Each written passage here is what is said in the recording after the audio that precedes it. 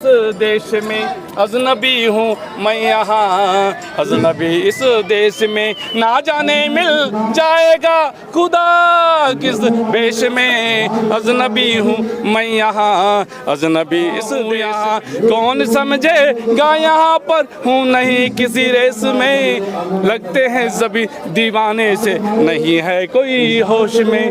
अजनबी हूँ मैं यहाँ, अजनबी इस देश में, अजनबी हूँ मैं यहाँ, अजनबी इस देश में ना जाने मिल जाएगा खुदा किस देश में। अजनबी हूँ मैं यहाँ, अजनबी इस देश में। आपने बोला आप गमली सीने, मैं जो कर रहा हूँ दुनिया में ताना मारती है हंसती है मुझ पर, लेकिन मैं सुनाता हूँ उनको हंसाता हूँ। गमली सीने में मैं खुशियाँ बांटता हूँ यहाँ, कौन समझेगा यहाँ पर हूँ नहीं किसी रेस में। लगते हैं सभी दीवाने से नहीं है कोई होश में।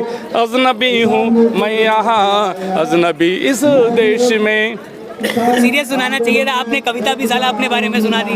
चलिए कुछ पहलवानों को डेडिकेट। मैं नहीं, अब एकदम से पहलवानों के लिए लिखना पड़ेगा ना भाई, पहलवानों के प्रोटेस्ट में आए हो आप यहाँ, मतलब लिख के आना चाहिए था। नहीं लिख के नहीं आया, प्लीज कल आए हैं आपके पास। नहीं एकदम से बोला गया कि आप आएँ यहाँ पर। मेरे मित्र हैं चीफ एंड एडिटर अंतर 24/7, उन्होंने कहा कि राजीव जी आपका बाइट लेना पाइए, तो मैं आया तो मैं आ गया।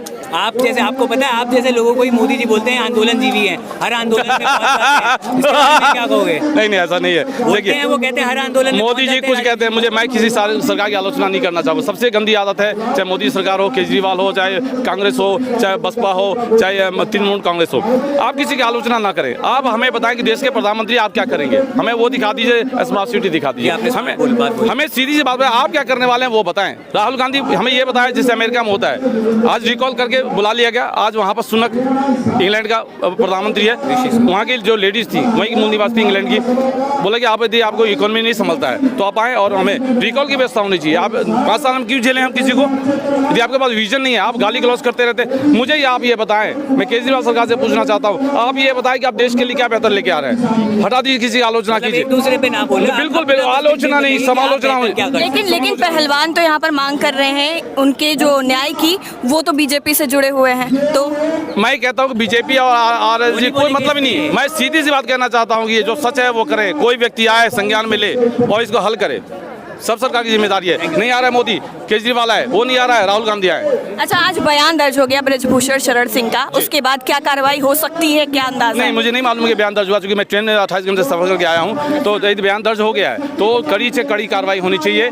यदि ये छेड़छाड़ का मामला भी है, किसी भी तरह का मामला है, यदि एक देश के प्रतिष्ठित पहलवान जिस पे हम गर्व करते हैं, जो सोने का मेडल लेके आते हैं, तो हम गर्व फूले नहीं समाते हैं। जब हम गर्व करते हैं, जब यही ओलंपियाड में या कहीं लेके आते हैं मेडल, तो हम कहते हैं कि हमने देश के लिए कमाया, देश के लिए, देश को निछावर करते हैं। आज ये परेशान है, इन पे कोई इल्ज़ाम लगा है, ये पहलवान जो हेड हैं, अध्यक्ष हैं, तो मैं कहना चाहिए बिल्कुल सही कार्रवाई होनी चाहिए। और जो सच्ची, जो हमारे संविधान में, जो हमारे संविधान सजा का प्रावधान है, वो सजा इनको मिलनी ही चाहिए। ये उसके अधिकारी हैं, चाहे वो हमारा स्वतंत्र संस्थान जो हमारे ये सुप्रीम कोर्ट है, या केजरीवाल की सरकार है, दिल्ली की सरकार है, या मोदी सरकार, केंद्र की सरकार है, सबको सोचना चाहिए और आकर सदस्य संज्ञान में लेकर इस मामला को जल्दी खत्म करना चाहिए, जिससे कि हमारा विश्व में ये हमारी जो पहचान है वो धूमिल ना हो। एक बार आप नाम बता दीजिए, जो आपने शुरुआत में बताया था, बड़ा इंटरेस्टिंग। मेरा नाम है डॉक्टर राजीव सिंह उर्फ Raju, international Manoranjan channel private limited, भिक्षु digital mobile 10 T power n plus divided equal to EI upon S² V हरी 11 C पावर C10। इसका कोई स्पेशल रीजन रखें? बिल्कुल, हर नाम का रीजन है। मैं डॉक्टर हूँ होम्योपैथ का, झोला छाप नहीं लगाया, मैं झोला छाप डॉक्टर प्रैक्टिस से, मैं सेल्फ प्रैक्टिस से मैं डॉक्टर हूँ, तो झोला छाप नहीं बोला है, तो झोला लगा लीजिए, झोला छाप डॉक्टर राजीव सिंह उर्फ Raju, international Manoranjan channel private limited, भिक्षु digital mobile 10 T power n plus divided equal to EI upon S² V हरी 11 C10।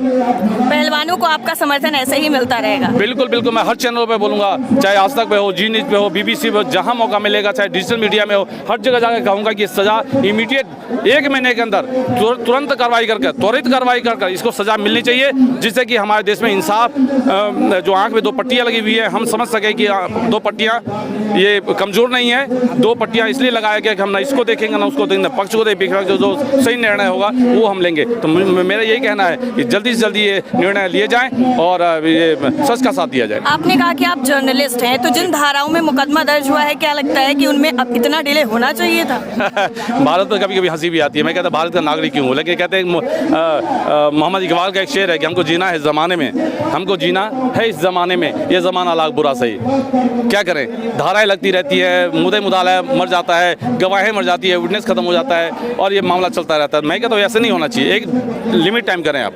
जैसे 5 साल में चुनाव आता है, चाहे वो विधानसभा का हो या लोकसभा को, इसी तरह से इस पर टाइमिंग फिक्स हो, उस समय के अंदर ही इसको सुलझा लिया जाए। सर कहाँ से आए हैं आप? और मैं बिहार का रहने वाला हूँ, पैदा कोलकाता में हुआ, हरियाणा में 8 साल रहा और 22 साल से मैं दिल्ली में हूँ। अब हमेशा के लिए बिहार चला गया हूँ, मैं बिहार से यहाँ आया हूँ आज। जोकर भी हैं आप कह रहे हैं? हाँ, मैं जोकर हूँ, मैं चार्ली हूँ। मुझे गलियों में बच्चे जोकर अंकल के नाम जानते हैं, बड़े मुझे चार्ली कहते हैं। मैं कॉमेडियन हूँ और आपको विस्तृत में बताया कि मेरे पास क्या क्या क्वालिटियाँ हैं। सर ये जो आपकी क्वालिटी है, इसको देखते हुए पूरे देश में जो स्थिति है आज, उस पर कुछ बिल्कुल दिखा सकते हैं दर्शकों के लिए, कुछ कि जो जिससे वो समझ सके, आप कुछ ऐसा बता सकते हैं? देखिए, देश में हालात कैसे, हर घर में रावण है, हर व्यक्ति रावण है, राम कहाँ से लाएंगे? हर घर में रावण है, राम कहाँ से लाएंगे? और राम ही नहीं बनाएंगे तो रावण कैसे कहलाएंगे? सीधी सी बात है। आज की डेट में हमें राम बता दें, हमें बता दें कि ये व्यक्ति शिष्टाचार, बहुत पढ़ा लिखा व्यक्ति है, किसी की आलोचना नहीं करता है, बेहतर वर्क करता है। हालात बहुत खराब है देश के, शिक्षा का स्तर गिरा हुआ है। मैकॉले का सिद्धांत आज भी हम पढ़ रहे हैं उनके। आज हमारे पास एजुकेशन है, एक व्यक्ति मैट्रिक पास करता है, BA पास करता है, MSc PhD करने के बाद वो बेरोजगार होता है, क्योंकि उसके पास कोई टैलेंट नहीं होता है। आप चाइना में जाके देखिए, मैट्रिक पास करता है, उसको एक मोटरसाइकिल मैकेनिक हो जाता है, मतलब वो बेरोजगार है। अल्टीमेटली हम क्या करते हैं, पढ़ाई लिखाने का आखिरी मकसद पैसा कमाना ही है, चाहे जर्नलिज्म हो, चाहे फिल्म एंड प्रोडक्शन हो, चाहे हम वैज्ञानिक बनते हैं, चाहे जर्नलिस्ट में कुछ भी दुनिया में बनते हैं, चाहे हम लीडर बनते हैं, आखिरी मकसद पैसा कमाना है। तो एजुकेशन के साथ, मैकॉले वाला एजुकेशन नहीं, एजुकेशन के साथ प्रैक्टिकली आप उसको वहाँ पे एजुकेशन में लाएं। एक व्यक्ति मैट्रिक पास करते करते वो किसी चीज़ का मैकेनिक बन जाए, किसी का वो टेक्निकल बन जाए, वो BCA कर ले, कंप्यूटर की पूरी नॉलेज हो जाए, हार्डवेयर हो या सॉफ्टवेयर हो, तो ये व्यवस्था होनी चाहिए। तो यहाँ तो है ही नहीं। यहाँ तो 2 तरह की पढ़ाइयाँ हैं, एक राष्ट्रपति का बेटा है तो वो पढ़ेगा इंग्लिश स्कूल में, एक गरीब का बच्चा है तो सरकारी में। केजरीवाल को खांसी भी होगी तो जाएगा वहाँ पर वेदांता में इलाज कराने के लिए बेंगलोर में, और हमें खांसी होगा तो हम जाएंगे मरलाना, ये शमशान भूमि जिसको सरकारी अस्पताल को हम लोग कहते हैं, ये मरणासन भूमि है, वहाँ शमशान घाट के लिए है। तो ऐसा कैसे होगा? अमेरिका जैसा उन्हें व्यवस्था होनी चाहिए कि राष्ट्रपति का बेटा भी उसी स्कूल में पढ़ेगा जहाँ पर एक भिखारी का बेटा पढ़ेगा।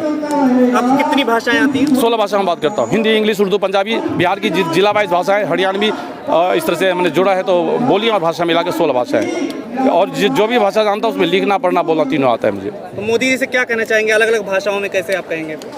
मैं भोजपुरी में बोलता हूँ उनके लिए। हाँ। देखिए, रउआ से पूछल चाहतानी कि रउआ यदि देश के प्रधानमंत्री बनी तो आई स्वतः संज्ञान में ली, आगे यहाँ पे उस समस्या का हल करल जाए, ये बढ़िया बात तोरा की नज़र में होके। और किसी भाषा? लीजिए, आप बोलते हैं, इंग्लिश में बोलते हैं, जिसमें मोदी जी समझ जाए। हरियाणवी में बोलते हैं। 1-2 लाइन बोल, हरियाणा में बोल दूँ। देख ला भाई, ताऊ मोदी और ने आगे जो समस्या है उसने तूने तो हल करो, आनी रे पहलवान तो धोती ढीला कर देंगे, बोल के थोड़ा सा माल बनना चाहिए था। एकदम बोलना पड़ गया, कोई बात नहीं। तो मैं ये कहना चाहूँगा, ओवरऑल आप चाहे कोई भी संस्था हो, मीडिया हो, प्रिंट मीडिया हो, इलेक्ट्रॉनिक मीडिया हो, डिजिटल मीडिया हो, जो यूट्यूब है, फेसबुक है, इंस्टाग्राम है, मैं सबसे ये आग्रह करना चाहूँगा कि आप इस समस्या को इमीडिएट हल करें, जिससे हमारे देश में जो छवि है, विदेशों में जो छवि है वो बरकरार रहे, हम कुछ बेहतर करें। हम कब तक विकासशील रहेंगे? हम क्यों नहीं विकसित बन सकते? लोग कहते हैं कि अमेरिका से हम 1000 साल पीछे हैं, चाइना से 2000 साल पीछे।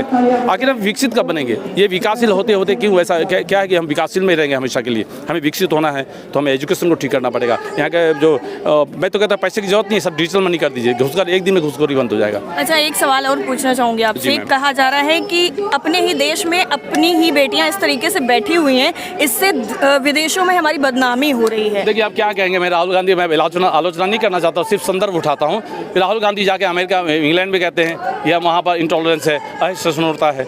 आप वहाँ जाने के बजाय यहाँ के नौजवानों को इकट्ठा करें। आपकी उम्र 54 साल के है, मेरी बाबा ने, उनकी 54 है। तो मैं कहता हूँ यहाँ के नौजवानों को, मीडिया को इकट्ठा कीजिए। मीडिया में तो कोई आता ही नहीं बात करने, न मोदी आते हैं, न राहुल गांधी सामने से बात करते हैं। आप लोग से कभी मोदी आया है इस तरह से बात करने के लिए? जैसे मैं हूँ आपके सामने नहीं आया, ना मोदी आया, ना ये केजरीवाल आया है, और ना ही, हाँ, केजरीवाल कब आया? जब प्रदर्शन चल रहा था। बस वो मुख्यमंत्री बनने के बाद तो बड़ा फ्लैट, बड़ी गाड़ियाँ, वो सब बातें चली गई कि हम वैगनार चलेंगे जो गिफ्ट किया नहीं लेने की बातें खत्म होगी, मेट्रो चलेंगे बस से। योगी ने काट रखा है रोग। हाँ बिल्कुल, देख रही योगी ने जो किया वो अच्छा तो है, अच्छा है, लेकिन वो मैं ये कहता हूँ वो संगत नहीं है, न्याय संगत नहीं है।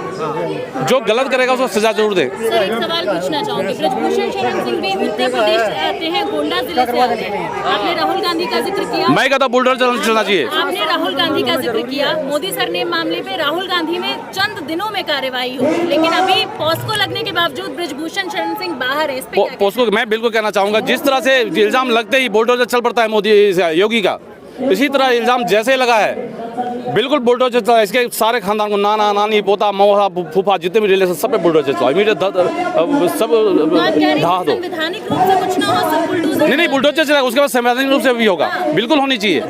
आप देखिए, नहीं मैं पहले भी बोला है कि ये न्याय संगत नहीं है, ये हल नहीं है कि आप किसी को गोली मारते सामने से हल हो जाएगा, नहीं होगा, बिल्कुल नहीं।